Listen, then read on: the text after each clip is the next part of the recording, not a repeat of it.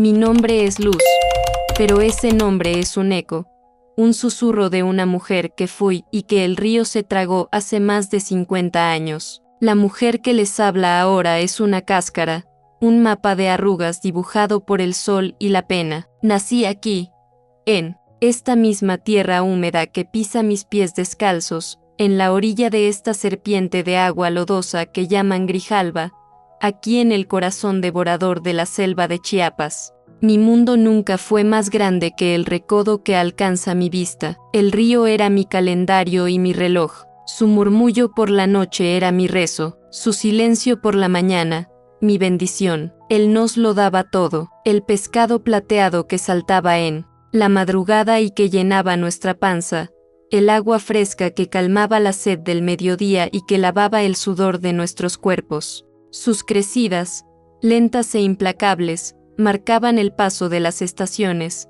diciéndonos cuándo sembrar el poco maíz que nos era permitido en nuestra pequeña milpa, robada a la selva a fuerza de machete. Mi vida, la vida de la verdadera Luz, era de una simpleza que, al recordarla ahora, me parece un lujo de reinas, un paraíso perdido e irrecuperable. Me casé a los 16 años, casi una niña. Mi hombre era Mateo, no era un hombre de muchas palabras, pero no las necesitaba. Sus manos, fuertes y callosas de tanto jalar la red y remar la canoa, hablaban por él. Me construyó esta cabaña, esta misma en la que ahora me siento, con troncos, que él mismo cortó y amarró, y un techo de palma que renovábamos juntos cada temporada de secas. Éramos pobres como ratas de campo, dueños solo de nuestra canoa, un par de machetes y la ropa que traíamos puesta, pero éramos ricos, inmensamente ricos, ricos de una paz que se podía tocar, de un amor silencioso que se sentía en el aire, espeso de la selva. Nuestros días tenían un ritmo, una danza dictada por el sol y el río. Mateo se iba antes del alba, su silueta una sombra deslizándose en la canoa sobre el agua que aún humeaba con la niebla de la mañana. Yo me quedaba, el fuego, el nixtamal para las tortillas, el cuidado de las gallinas flacas que picoteaban. En el patio, el día era una cadena de pequeñas tareas, de sonidos familiares, el golpeteo de mis manos al tortear, el canto de las chicharras que anunciaba el calor más fuerte, el chapoteo ocasional de un lagarto en la orilla, pero todo mi día era una espera por el atardecer. Me sentaba en esta misma horqueta de árbol que ven aquí, a la orilla, y mis ojos se clavaban en el recodo del río, y entonces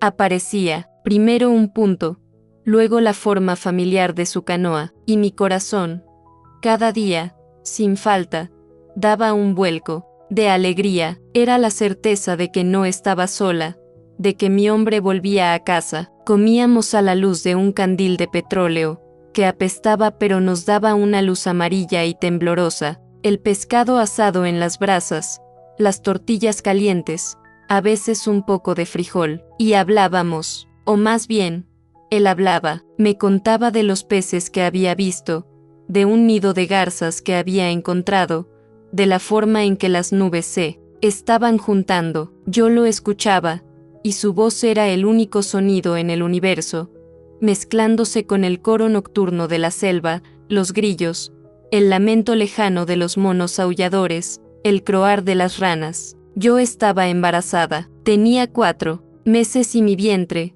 debajo del huipil gastado, era una pequeña curva de promesa, un secreto tibio que solo Mateo y yo conocíamos. Por las noches, él ponía su mano grande y áspera sobre mi panza. Aquí está mi pescador, decía si se sentía juguetón, o mi tejedora de flores, decía si se sentía tierno. Hacíamos planes sencillos, como nosotros. Le enseñaríamos a nuestro hijo los secretos del río, el respeto por la selva, la alegría de una vida sin más ambición que la de ver salir el sol un día más. Éramos felices, una felicidad tan densa y pura como la miel de monte, una felicidad tan frágil, tan expuesta. Nuestro aislamiento, que era la fuente de nuestra paz, no tardaría en convertirse en el escenario de nuestra aniquilación. porque cuando vives tan lejos de todo, en el corazón de la nada, nadie,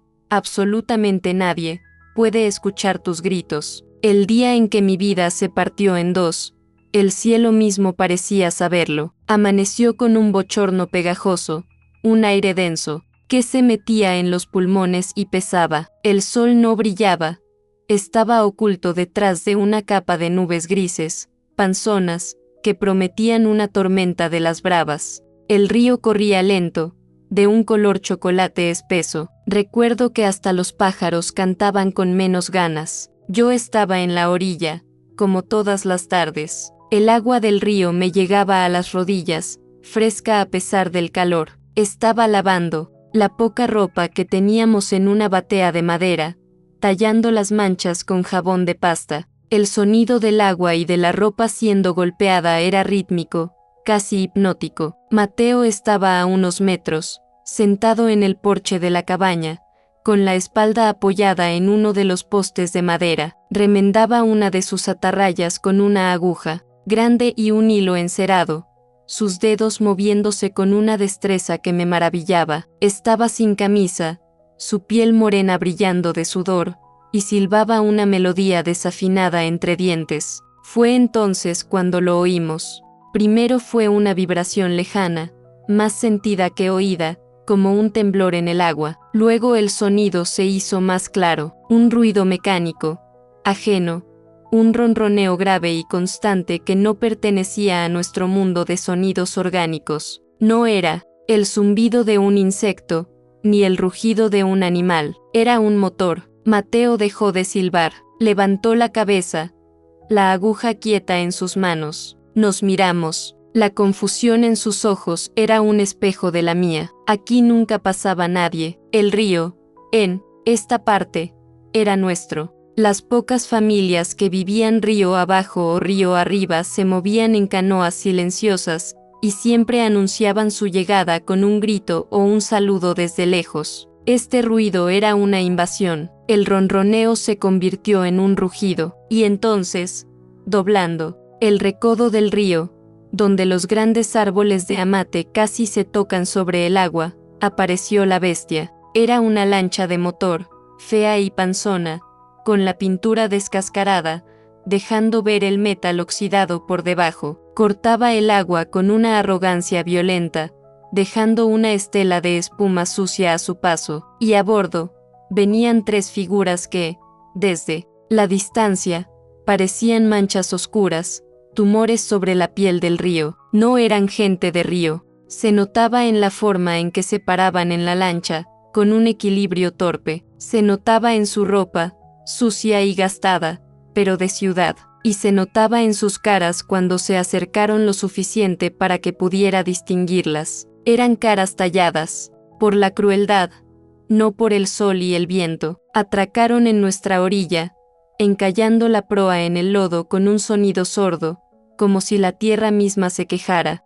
Lo hicieron sin pedir permiso, como si aquella orilla, que yo barría cada mañana, fuera un muelle público. Mateo se levantó lentamente, dejó la red a un lado y caminó hacia ellos. Su cuerpo estaba tenso, pero su voz, cuando habló, fue la de un hombre de paz, la de un hombre de bien. Buenas tardes, señores. ¿Andan perdidos? Esta parte del río no lleva a ningún lado. El que parecía el jefe, un hombre bajo y corpulento, con una cara ancha y unos ojos saltones que le daban un aire anfibio, fue el que respondió. Lo primero que hizo no fue mirar a Mateo, fue mirarme, a mí. Sus ojos me desnudaron desde la distancia, recorrieron mi cuerpo, mi huipil mojado pegado a la piel, y se detuvieron, con una curiosidad lasciva, en la pequeña curva de mi vientre. Una sonrisa que no era sonrisa,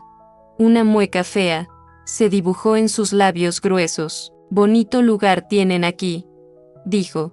Su voz era rasposa, como si se rascara la garganta con arena. Tranquilo, apartado. Un escalofrío me recorrió la espalda, un frío que nada tenía que ver con el agua del río. Mateo, sintiendo el peligro, dio un paso para interponerse entre la mirada de ese hombre y yo. Su cuerpo se convirtió en mi escudo. Aquí vivimos mi mujer y yo, dijo Mateo, su voz ahora más dura, perdiendo el tono de bienvenida. Si necesitan agua o un poco de comida, se los damos con todo gusto, pero después, tienen que seguir su camino. No hay nada para ustedes aquí. El hombre de los ojos saltones soltó una carcajada corta, seca, sin alegría, un sonido horrible que asustó a unos pájaros de un árbol cercano. No, amigo, dijo, mientras se bajaba de la lancha, sus botas hundiéndose en el lodo. Creo que nos entendiste mal. No estamos de paso. Los otros dos hombres,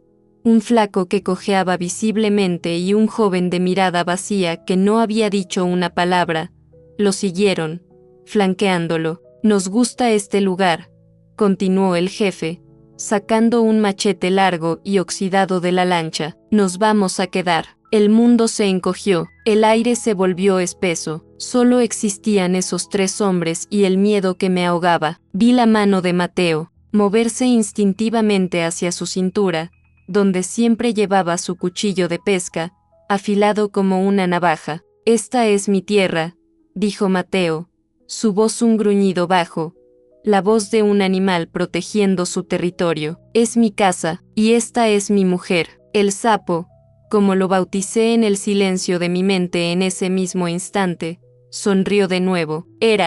Corrigió, ira. Entonces, la violencia estalló. No hubo más palabras. El chueco y el mudo se lanzaron sobre Mateo, mi hombre de paz. Pero en ese momento, se transformó, luchó con la furia desesperada de un jaguar acorralado. Conectó un puñetazo en la cara del chueco que lo hizo tambalearse. Logró sacar su cuchillo y le hizo un tajo en el brazo al mudo. Por un instante, una chispa de esperanza salvaje se encendió en mí. Tal vez podíamos, pero eran demasiados. El chueco, recuperado, lo tacleó por las piernas. Mateo cayó de rodillas en el lodo. El mudo, sangrando pero enfurecido, lo pateó en las costillas. Y yo grité, abrí la boca y un sonido salió de mis entrañas, un aullido de animal herido, un grito que rasgó el aire pesado y se perdió en la indiferencia de la selva. El sapo caminó hacia mí sin prisa, me agarró del pelo con una fuerza brutal,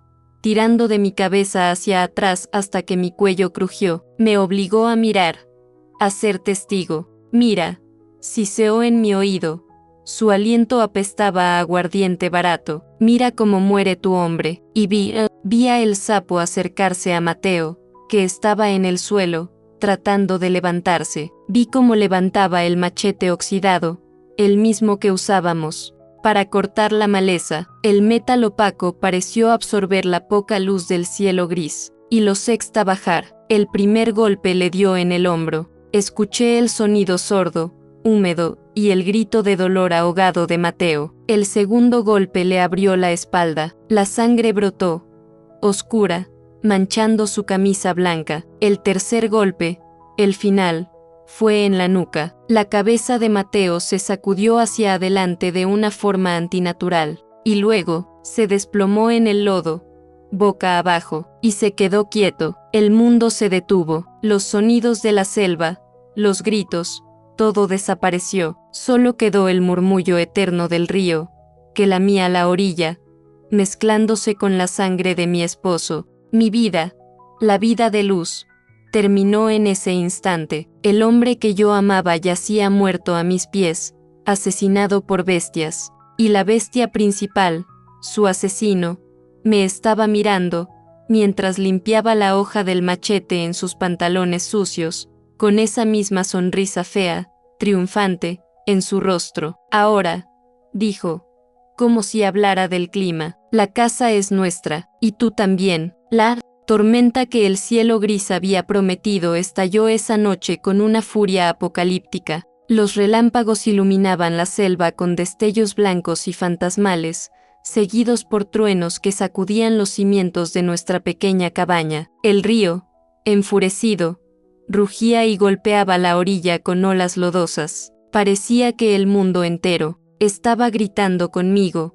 un luto violento por la vida que acababa de ser arrancada. Pero dentro de la cabaña, el único sonido era el de la lluvia torrencial sobre el techo de palma y el de mi propio silencio, un silencio más profundo y aterrador que cualquier trueno. El cuerpo de Mateo ya no estaba. Lo último que vi antes de que me arrastraran adentro fue como el chueco y el mudo, cumpliendo una orden muda del sapo, lo empujaban hacia el agua. No hubo ceremonia, ni una palabra, ni una cruz. Solo el sonido sordo de su cuerpo al caer y la forma indiferente en que el río se lo tragó, borrando en segundos al hombre que había sido todo mi universo. Con él, se fue mi capacidad de sentir. Me convertí en una muñeca de trapo, mis miembros, pesados, mis ojos secos. Había un lugar dentro de mí, un rincón secreto y profundo, a donde mi alma huyó para esconderse, y desde ese rincón,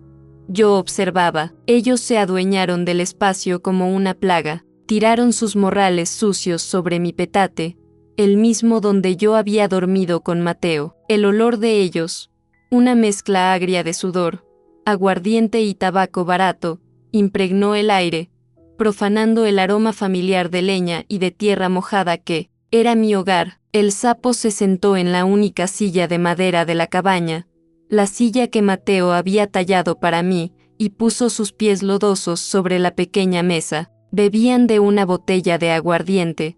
Sus risas ruidosas y ásperas eran una profanación en el santuario de mi dolor. Yo me quedé acurrucada en una esquina, hecha un ovillo, abrazando mi vientre como si pudiera proteger al último vestigio de mi vida pasada, pero no había protección posible. Cuando la botella estuvo vacía, el sapo se levantó. Su silueta corpulenta se recortó contra la luz parpadeante del candil. Caminó hacia mí sin prisa, con el paso pesado de un dueño que se acerca a su ganado. La noche está triste, dijo, con una burla cruel en su voz. Hay que alegrarla un poco. Me agarró del brazo y me levantó como si yo no pesara nada. No, me resistí. ¿Con qué fuerzas? ¿Con qué voluntad? La lucha había muerto con Mateo. Ser arrastrada por él hacia el petate fue una experiencia extracorporal. Veía mis propios pies tropezando, mi cuerpo flácido en sus manos, pero no sentía nada. Era como ver a otra mujer, a una extraña, caminar hacia su propio sacrificio. Me arrojó sobre el petate. La tela áspera rasguñó mi piel. La tormenta afuera alcanzó su clímax. Un relámpago iluminó la cabaña por un instante, y en ese destello, vi su rostro sobre el mío, sus ojos saltones brillando con una lujuria fría, una lujuria de poder, no de deseo. Y entonces, me tomó. No fue como con Mateo. El amor de Mateo era un baile lento, un rezo compartido en la oscuridad. Esto fue una profanación, fue la afirmación de su propiedad. Cada movimiento de su cuerpo sobre el mío era un acto de conquista, un recordatorio de que él había matado a mi hombre y ahora me poseía a mí, su último trofeo. Yo me concentré en las gotas de lluvia que se filtraban por el techo de palma y caían sobre el suelo de tierra, formando pequeños círculos oscuros. Conté cada gota, 1, 2, 3, 100. Era una forma de anclar mi mente, de evitar que se rompiera en 1000 pedazos. Me fui de mi cuerpo, me convertí en una de esas gotas de lluvia, fría e indiferente, cayendo en la oscuridad. Cuando terminó, se levantó, se ajustó los pantalones y, sin mirarme, se acostó en el otro extremo del petate y se durmió. Sus ronquidos pronto se unieron al sonido de la tormenta. Yo me quedé inmóvil, mirando la oscuridad, sintiendo el vacío donde antes había un alma. La luz se había apagado. Los días que siguieron se fundieron en una rutina gris y opresiva. Yo era su esclava. Mi cuerpo se movía por un instinto antiguo, una memoria muscular que sabía cómo encender el fuego, cómo echar las tortillas, cómo lavar la ropa. Me levantaba antes de que el primer rayo de sol se asomara, mientras ellos todavía roncaban. Preparaba el café, fuerte y amargo, como a ellos les gustaba. Les servía la comida en silencio, con la cabeza gacha, evitando sus miradas. Ellos comían, primero, como una manada de lobos, devorando la comida con ruidos guturales. Yo comía después, si sobraba algo. El río se convirtió en mi purgatorio. Lavaba la ropa de ellos, la ropa que olía a ellos, en la misma orilla donde había visto morir a Mateo. El agua que antes me refrescaba, ahora me quemaba. Cada vez que me arrodillaba en la orilla, veía la mancha de sangre que la lluvia nunca terminaría de lavar de mi memoria. Y las noches eran la peor parte. El sapo me había reclamado como suya. Era una rutina. Después de cenar, él me hacía una seña con la cabeza, y yo tenía que seguirlo al petate. No había palabras, no había caricias, solo el peso de su cuerpo, el olor de su piel, el cumplimiento de su derecho de propiedad. Aprendí a hacer mi mente un lienzo en blanco, a no pensar, a no sentir, a ser solo un cuerpo, un objeto. Era la única forma de sobrevivir sin volverme loca. Mientras tanto, el hijo de Mateo crecía en mi vientre. Era mi único secreto, mi única posesión verdadera. Acariciaba mi panza a escondidas, en la oscuridad de la noche, después de que el sapo se dormía. Le susurraba a mi bebé, le contaba sobre su padre, sobre el hombre bueno y valiente que había sido. Era mi pequeña rebelión, mi acto de resistencia silenciosa. Este hijo era de Mateo, era de la luz, y yo lo protegería con lo que quedaba de mi vida. Los meses pasaron, mi vientre creció, y con él, la curiosidad del sapo. A ver si al menos sirves para parir machos, me dijo un día, dándome una palmada en la panza que me hizo estremecer de asco. Cuando los dolores del parto comenzaron, estaba sola. Ellos se habían ido de casa, buscando algún venado o jabalí en la selva. La tarde caía, y la cabaña se llenaba de sombras. El dolor era una ola tras otra, un fuego que me consumía. Me arrastré hasta el rincón más oscuro.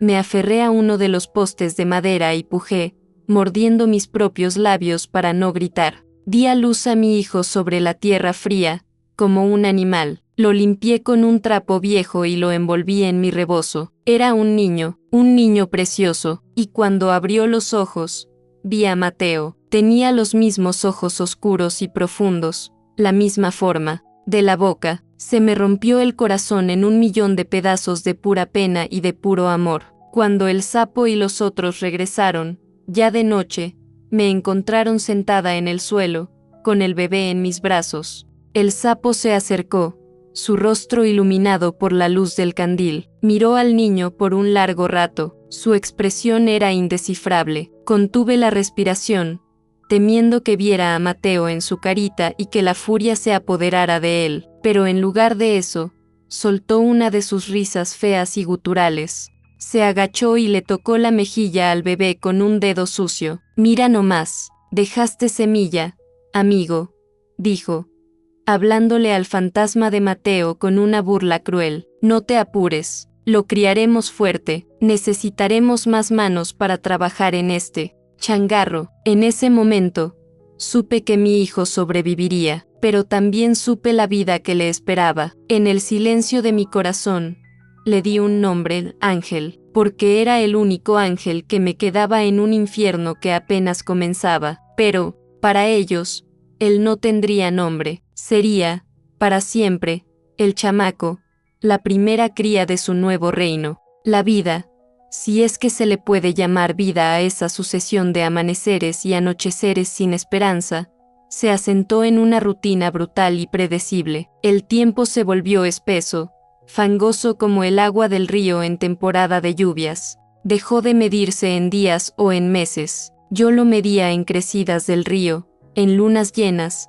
en el lento crecimiento de mi hijo Ángel. Él era mi único calendario, la única prueba de que el tiempo, a pesar de todo, seguía avanzando. Ángel crecía, como una planta silvestre, fuerte y resiliente a pesar de la tierra envenenada en la que le tocó nacer. Era un niño callado, de ojos grandes y tristes que parecían entender mucho más de lo que su corta edad permitía. Rara vez lloraba. Desde muy pequeño, aprendió que en esa casa, el llanto no atraía consuelo, sino irritación y, a veces, un manotazo de El Sapo. Se aferraba a mi huipil, su pequeña mano buscando la mía, y en ese simple contacto, nos dábamos una fuerza silenciosa que nadie más podía entender, pero mi cuerpo, que yo ya no sentía como mío, me traicionó de nuevo. Un año después del nacimiento de Ángel, la ausencia de mi luna me anunció lo que mi alma ya temía. Estaba embarazada otra vez. Esta vez,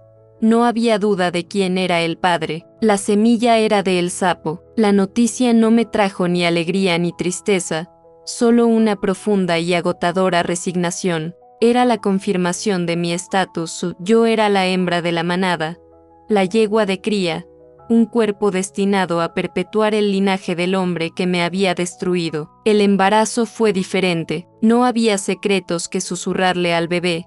No había un amor puro que proteger. Sentía a esa nueva vida creciendo dentro de mí como algo ajeno, una invasión. A veces, por la noche, ponía mi mano sobre el vientre y no sentía nada. Era como si mi corazón se negara a conectar con esa criatura nacida de la violencia. La culpa me carcomía. ¿Qué clase de madre era yo? Pero el trauma era un veneno que había infectado hasta el más primario de mis instintos. Cuando nació mi segundo hijo, el parto fue igual de solitario, pero menos doloroso físicamente. Mi cuerpo ya sabía el camino, pero el dolor del alma fue infinitamente peor. Era un niño robusto, ruidoso, que lloraba con una fuerza increíble, y cuando lo miré, el rechazo fue tan fuerte que me asusté de mí misma. Tenía los ojos de su padre, esos mismos ojos saltones, pequeños y astutos, me miraban desde la carita arrugada de un recién nacido. El sapo,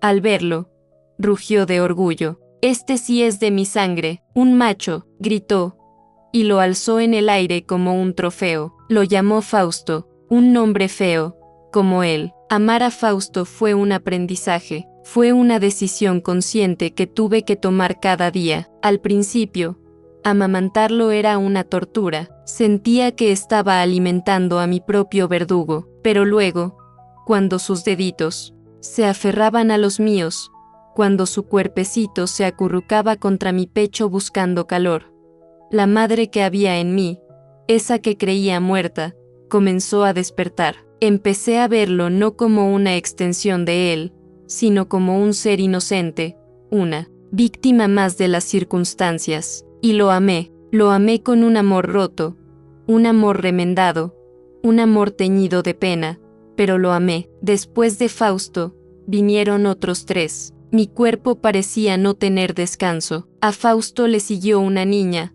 a la que llamaron Adela, luego otro niño, Benito, y finalmente, la más pequeña, mi otra niña, Dalia. Mi cabaña, antes un nido silencioso para 2, se llenó del ruido y el caos de 5 niños, 5 hijos que eran la prueba viviente de mi larga condena. La dinámica familiar que se estableció era una parodia cruel de un hogar normal. Ángel, mi primogénito, el hijo de la luz, siempre fue el otro. El sapo nunca lo perdonó por llevar la sangre de Mateo, lo trataba con una dureza calculada. Desde que tuvo fuerza para caminar, lo puso a hacer los trabajos más pesados. Mientras Fausto y Benito jugaban en la orilla, Ángel tenía que acarrear leña, limpiar el pescado, remendar las redes. Cualquier error, por pequeño que fuera, era castigado con un cintarazo o una bofetada. «Para que aprendas a no ser un inútil como tu verdadero padre», le gritaba el sapo, y yo tenía que tragarme las lágrimas y el grito de rabia,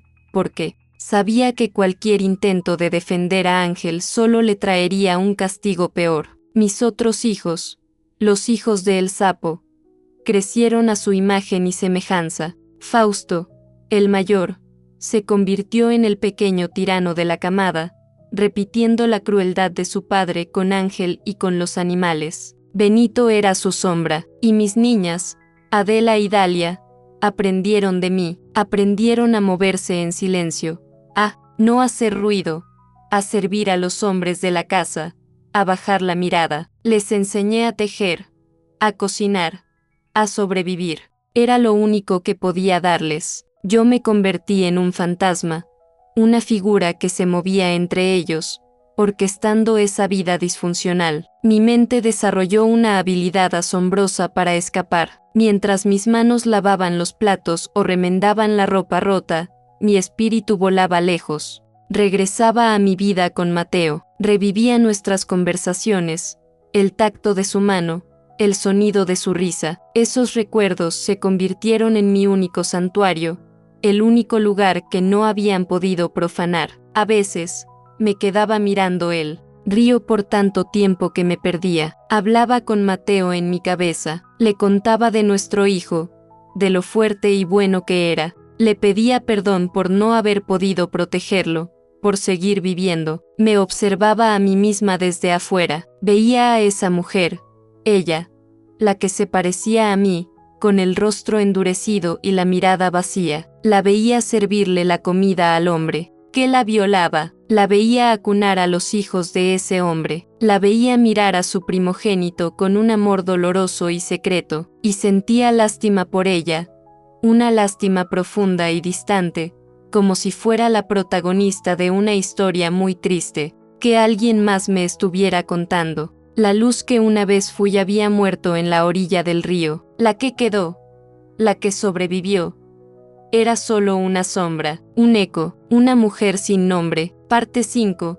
El río cobra su deuda. El tiempo, que en la selva parece no moverse, en realidad es un devorador. Silencioso, va royendo la piedra, pudriendo la madera y, sobre todo, gastando los cuerpos de los hombres. Vi cómo la juventud del sapo se convertía en una madurez gruñona, y luego en una vejez amargada. El poder que antes ejercía con los puños, ahora intentaba mantenerlo con gritos, pero su voz ya no tenía el mismo trueno. El primero en irse fue el chueco. Una tos fea se le metió en el pecho y nunca más lo soltó. Pasó meses escupiendo sangre y flema en una hamaca, hasta que una noche, simplemente, dejó de respirar. Lo enterramos en un hoyo en la selva, sin cruz ni ceremonia, como se entierra a un perro. El mudo desapareció de otra forma. Siempre había sido un alma perdida, un fantasma que seguía a los otros. Un día, después de una de las tantas peleas, a gritos con el sapo, se adentró en la selva y no regresó. Lo buscamos un par de días,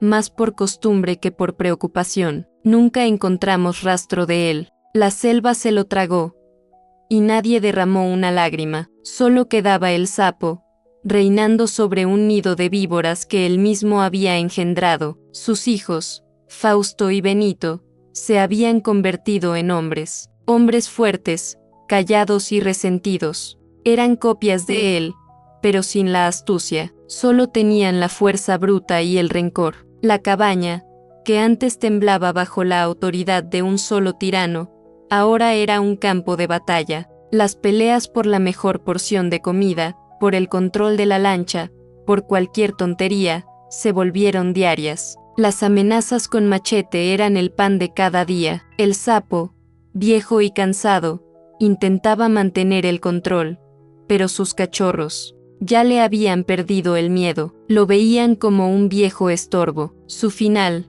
cuando llegó, tuvo la poesía cruel y perfecta de las tragedias griegas. Vino del mismo lugar que nos había dado y quitado todo, el río. Era una tarde de tormenta, como aquella de hacía tantos años. El río Grijalba venía crecido, furioso, arrastrando troncos y ramas en su corriente chocolatosa. El sapo había estado bebiendo desde la mañana, más de lo normal. Estaba furioso porque una de sus trampas para peces había desaparecido, seguramente, arrastrada por la corriente. A pesar de nuestras advertencias, de las de sus propios hijos, se empecinó en salir en la lancha de motor para buscarla. «Ningún río de mierda me va a decir a mí lo que puedo o no puedo hacer», gritó, con la arrogancia estúpida de los borrachos. Se subió a la lancha, ya vieja y oxidada, y arrancó el motor, que tosió varias veces antes de encender.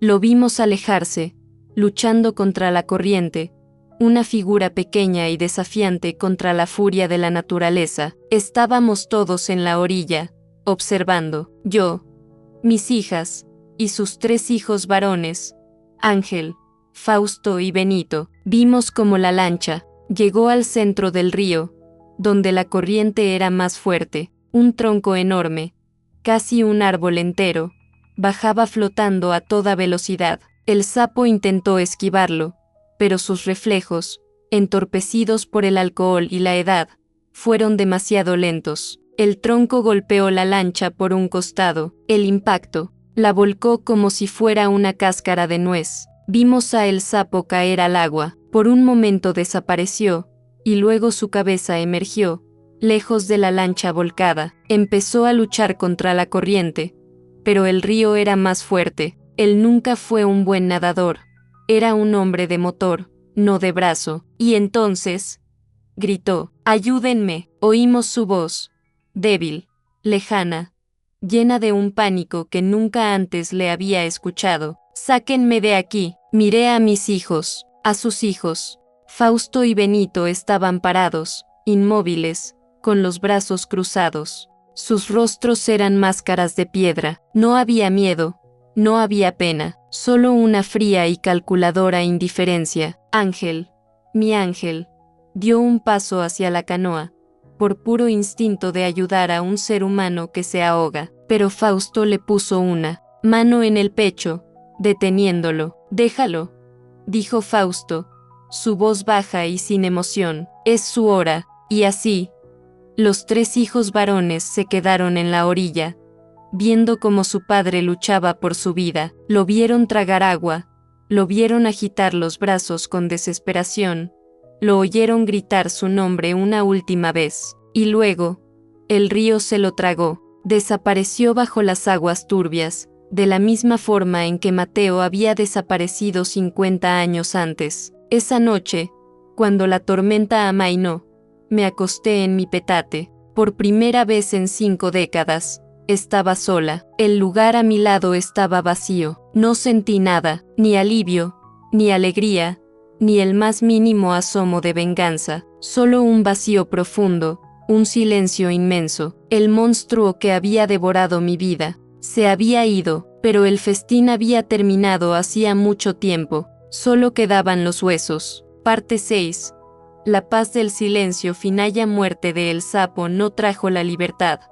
Porque, ¿cómo puede ser libre alguien que ha olvidado lo que es la libertad? Pero trajo un cambio sutil, como el giro del viento. Antes de que cambie la estación, la atmósfera de terror opresivo en la cabaña se disipó, reemplazada por una calma ruda y funcional. Mis hijos, sus hijos, se hicieron cargo. Fausto, como el mayor de ellos, asumió el liderazgo, pero sin la tiranía de su padre. Eran hombres formados en la violencia, sí, pero sin la maldad calculada de su creador. Se convirtieron en los hombres de la casa, y yo, su madre, pasé a ocupar un nuevo rol. Ya no era la esclava, la mujer objeto. Me convertí en la matriarca, la vieja, la que siempre había estado. Me trataban con una distancia respetuosa, casi con temor. Me servían la comida primero, me preguntaban mi opinión sobre el tiempo o la pesca. Eran pequeños gestos,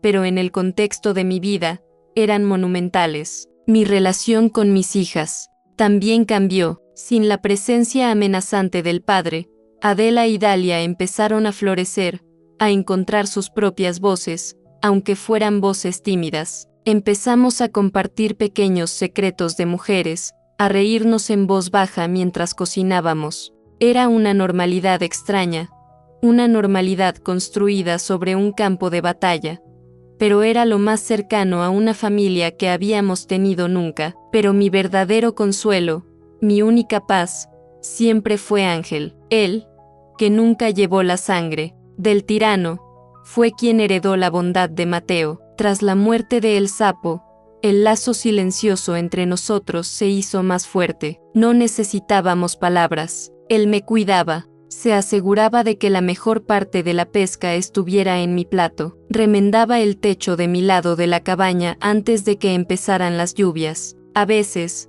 por las tardes, se sentaba en silencio a mi lado en la orilla, mientras yo miraba el río. Ambos sabíamos en qué, o en quién, estaba pensando. Compartíamos un luto que duró toda una vida, y así pasaron los últimos años. Vi a mis hijos y a mis hijas emparejarse con gente de otras comunidades ribereñas. Vi nacer a mis nietos, sangre de mi sangre, pero también sangre de mi dolor. Los quiero, sí, pero es un amor complejo. Un amor que lleva las cicatrices de su origen. Cuando los abrazo, a veces tengo que cerrar los ojos para no ver en sus rostros los ecos de un pasado que desearía olvidar. Hoy soy una anciana, mi piel es como la corteza de un árbol viejo y mi pelo es tan blanco como la espuma del río en los rápidos. Me paso los días sentada aquí, en esta misma orilla, mirando el agua pasar. El río es mi único confidente, él conoce mi historia completa, él se llevó a mi amor, y décadas después, se llevó a mi verdugo. El río da, y el río quita, es la única ley verdadera que he conocido. Nunca me fui de aquí, nunca consideré hacerlo. ¿A dónde iría yo? Una mujer que no conoce otro mundo, que no tiene otro nombre más que el que le dieron las circunstancias. Esta cabaña, construida con las manos del amor y profanada por el odio, es mi jaula y mi refugio. Es mi tumba en vida. Mi historia no tiene una moraleja bonita, no es un cuento de superación donde la heroína encuentra la felicidad al final. Es un testimonio de la increíble y terrible capacidad del ser humano para sobrevivir, de cómo el corazón puede seguir latiendo cuando el alma ya se ha rendido, de cómo el cuerpo puede levantarse cada mañana y cumplir con sus tareas, día tras día, año tras año, en la más absoluta de las ausencias. Mi nombre, el que me dieron al nacer, fue luz. Y esta es la historia de cómo la selva y el río se tragaron esa luz, y me dejaron viviendo en la penumbra por el resto de mis días. Ahora que se las he contado, ahora que las palabras finalmente han salido de la prisión de mi garganta, siento algo nuevo. No es paz, no es perdón, es quietud, el silencio final, y quizás, solo quizás, para una mujer como yo, eso es lo más cercano a la libertad. A ti que el tiempo no ha podido silenciar, dale a me gusta y suscríbete al canal para seguir recibiendo notificaciones de historias inusualizadas e impactantes. Gracias siempre y hasta la próxima.